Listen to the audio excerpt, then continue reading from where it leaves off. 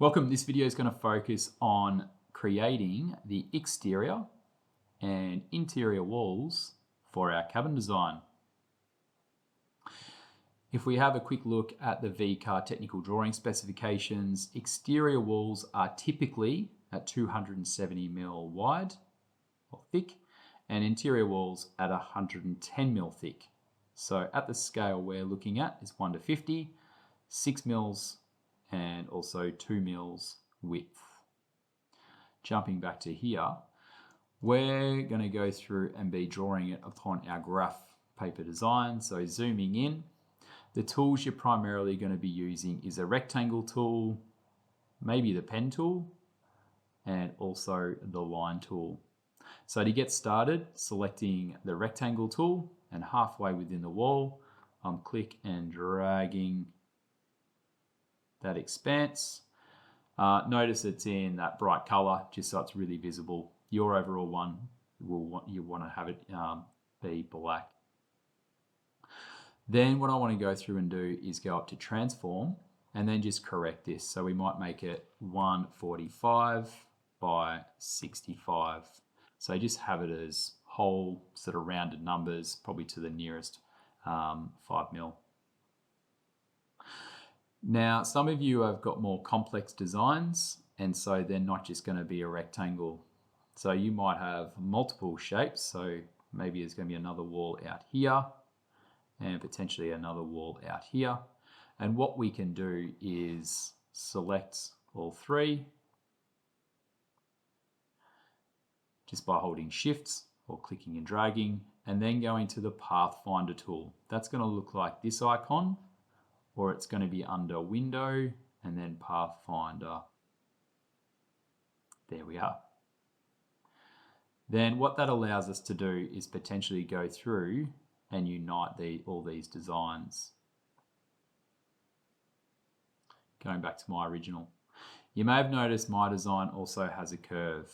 So what I can do is if I pull in an arc, that's going to pull in all of them.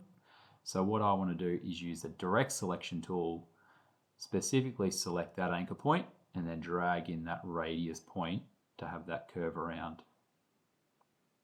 So once you've got your exterior wall in place, now what we want to do is just change the thickness. So it is going to be that, in our case, 270. We actually want it 5.4 millimeters thick. So we can pop in equations into the stroke. So if it was at 1 to 100, which a lot of designers use for floor plans, that would be 2.7 millimeters, and then times that by 2, and therefore we have our exterior wall completed. Exterior walls are going to be thicker due to the framing needs to be more weight bearing. It's also protecting us from the exterior elements, so it needs to be weather and waterproof. Usually we've got insulation in between the walls. We also have our plumbing and our electrical work running through it.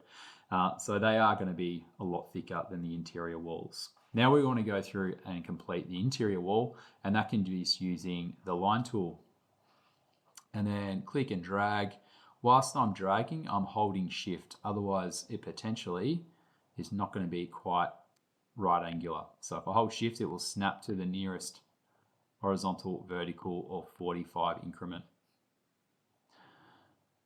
And I will go through and complete that. And you might notice these are starting to reference, which is really helpful. So they're all the same height.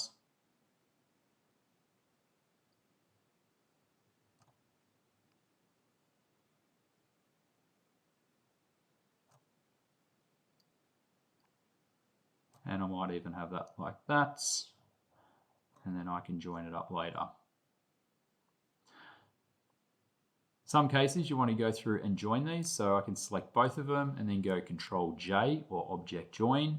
And so I might go through and select both of these and now join those. Now remember the interior walls, we want them at 110.